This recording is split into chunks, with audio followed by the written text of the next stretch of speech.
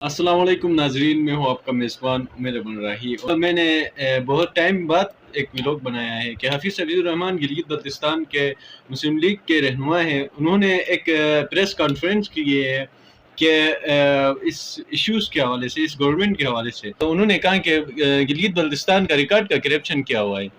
तो मैं आप सबको बताता चलूँ कि करप्शन सिर्फ और सिर्फ स्कीमों पे नहीं हुआ है, या सिर्फ करप्शन जो है ना किसी और प्लेटफॉर्म में नहीं हुआ है।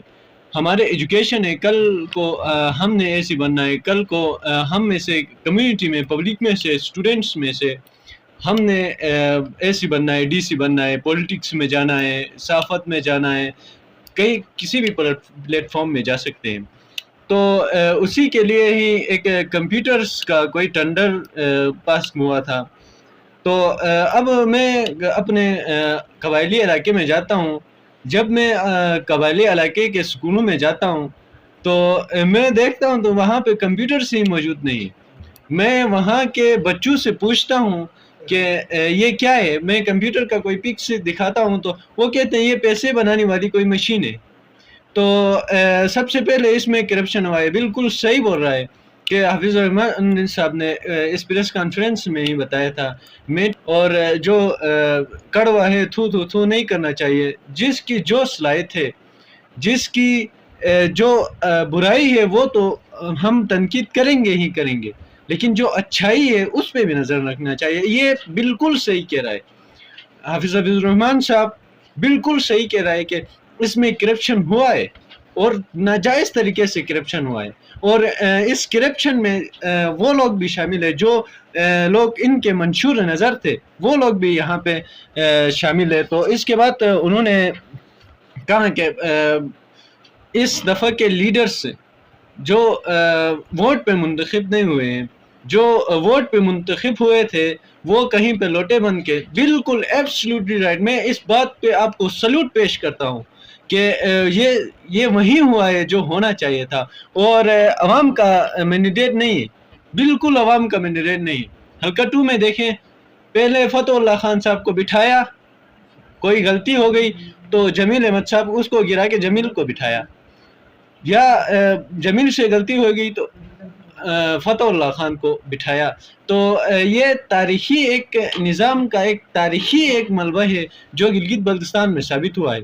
उसके बाद उन्होंने बताया कि पब्लिक में आए, पब्लिक में आके बैठे कि अवामी जो लीडर्स होते हैं तो वो पब्लिक में बैठने से नहीं डरते। आज हाफिज़ हफीज़ुर रहमान साहब एक पब्लिक का नुमाइंदा है, अवाम का नुमाइंदा है। इसलिए वो गुलाब शाह आसिफ साहब भी मेरे एक इंटरव्यू में कह रहा था कि जो अवाम के पास आने से पॉलिटिशियन जो घबराती है ना, वो अपने अज़ाइम की वजह से डरती है या घबरा जाती है। वो अपने जो पुराने किरदार है उसकी वजह से अवाम के बीच नहीं आ सकती, क्योंकि कोई लोटा कहेगा, या कोई आके पत्थर मारेगा, कोई आके टमाटर मारेगा, कोई अंडा मारेगा, तो कोई जूता मारेगा। इसमें तारीख में भी हुए हैं, ट्रम्प के साथ हुए हैं, इसके बाद नवाज शरीफ साहब के साथ भी हुए हैं। माजरत के साथ, मुझे किसी पे अंगुली रख के मैंने आज तक किसी की तनकीद नहीं की है।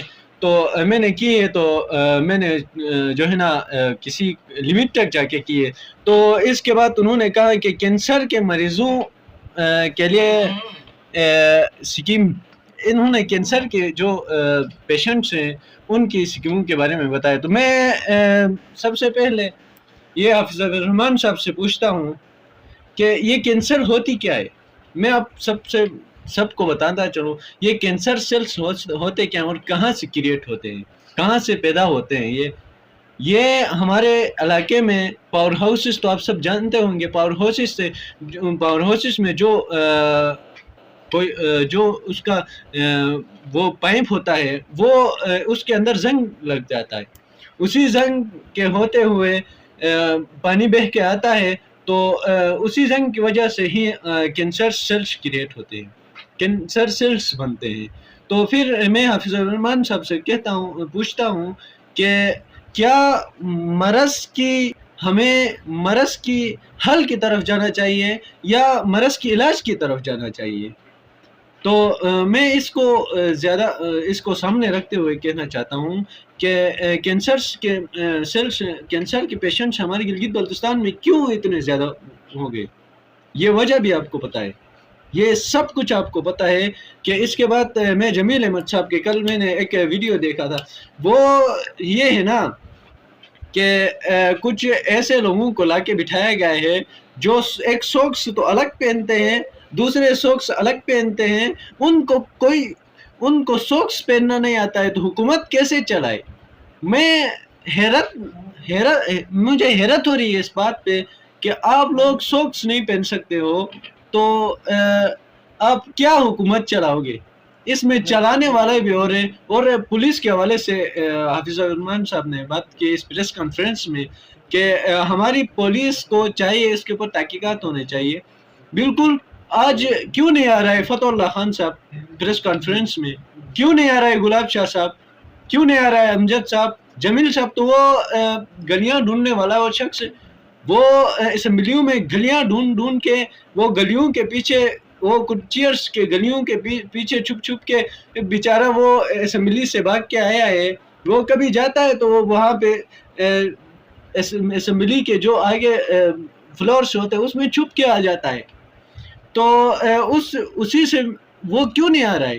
وہ پریس کانفرنس میں کیوں نہیں آ رہا ہے؟ اور بھی بڑے لیڈرز ہیں، اور بھی بڑے ہمارے گلگت بلتستان میں وہ ہے، تو اس کے بارے میں تحقیقات کیوں نہیں کرتے؟